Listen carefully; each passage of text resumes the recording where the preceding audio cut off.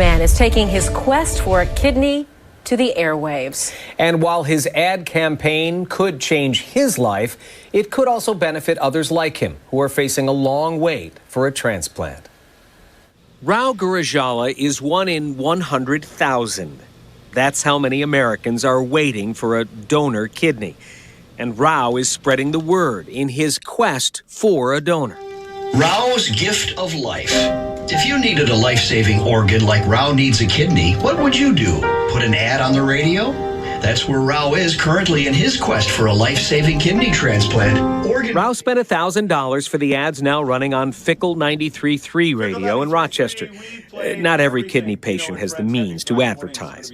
But Rao's campaign could help them too by raising awareness and boosting the pool of live donors. Not only does this, first of all, speak to the desperation that patients have to survive and to be able to see their children graduate or live a normal, healthy life. But yes, I mean, it's inspiring community members to say, okay, well, if I'm maybe not a match for this person, I could be a match for someone else. Knowing what you know now, but you don't have kidney disease.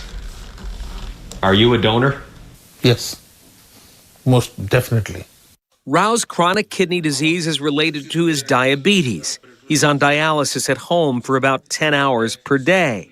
His wait for a kidney expected to be about 3 years, but a compatible live donor for any patient shortens that wait. We get, a handful a year that just call our transplant center up and say, they've been thinking about this for whatever number of reasons and they want to do it. And so, we accept that and we bring them in, evaluate them. And if they're candidates and they're healthy, then they go forward with donation, which is incredible. How special are those people? That's amazing. Yeah, they're all heroes. Absolutely. Strong Memorial Hospital's kidney transplant program gets about 60 calls from those heroes each year. People willing to donate one of their kidneys to a stranger. Rao knows what such a donor would mean to him or any of the 450 people now on the Strong program's waiting list. It's a gift of life. What can I do other than showing gratitude, other than saying thank you from the bottom of my heart?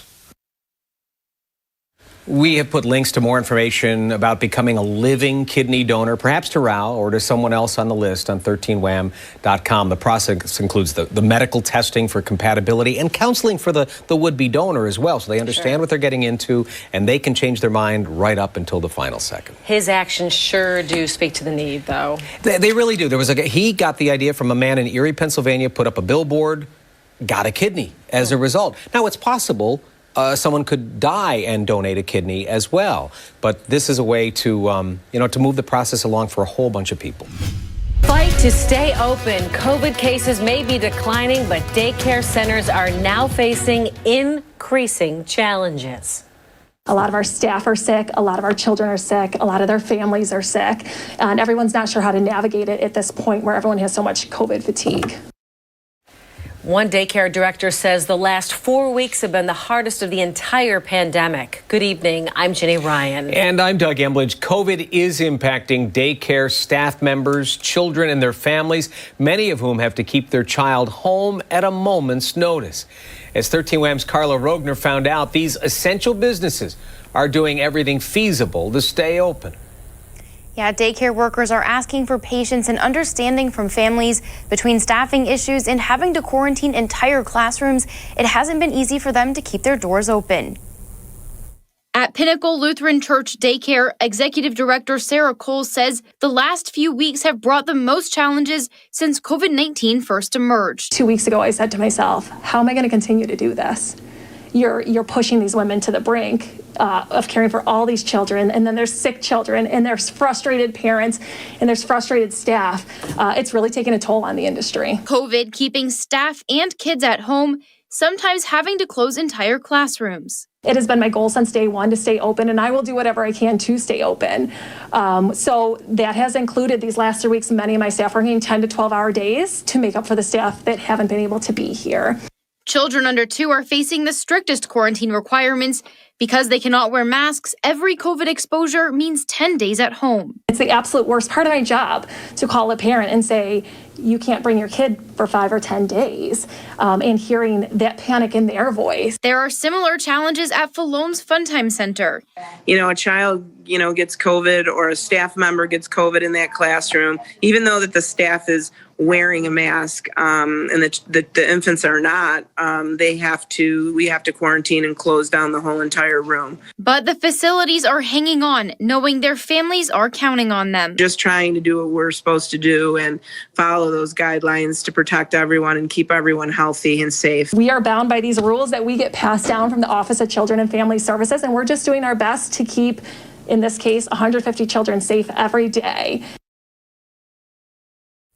There is some relief on the way to daycares. Monroe County is working to distribute some of the 100,000 COVID test kits it just received to child care centers in the county. Still, daycare centers cannot offer children the opportunity to test to stay. Well, if you have a cell phone, chances are at some point you have fallen down a social media rabbit hole, being deeply engrossed in a particular topic. Well, as an adult, you're better equipped to dig yourself out. But as Dan Schreck explains tonight in this week's Crisis in the Classroom, it can be a struggle for growing minds.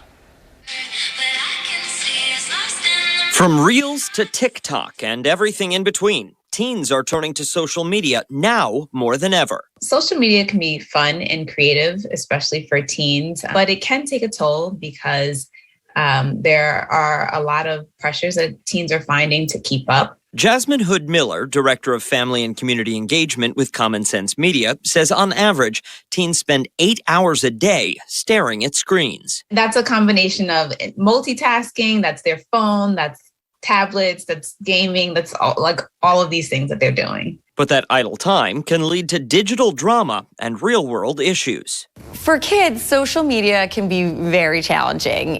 When you're in school and something maybe doesn't go your way during the day, really only your small group of friends maybe used to know about it. Now that information is traveling like wildfire, and you go home and you're still encountering the challenges that maybe you were trying to avoid that you faced during the classroom day. In-person, face-to-face interaction with others is an important part of development.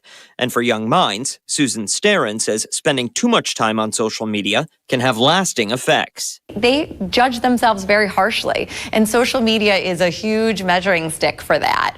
And that can really take a big toll on their self-confidence, their self-esteem, their ability to fit in with their peers. The simplest solution to staving off social media blues, limiting the amount of time your child spends scrolling and helping them see through the noise.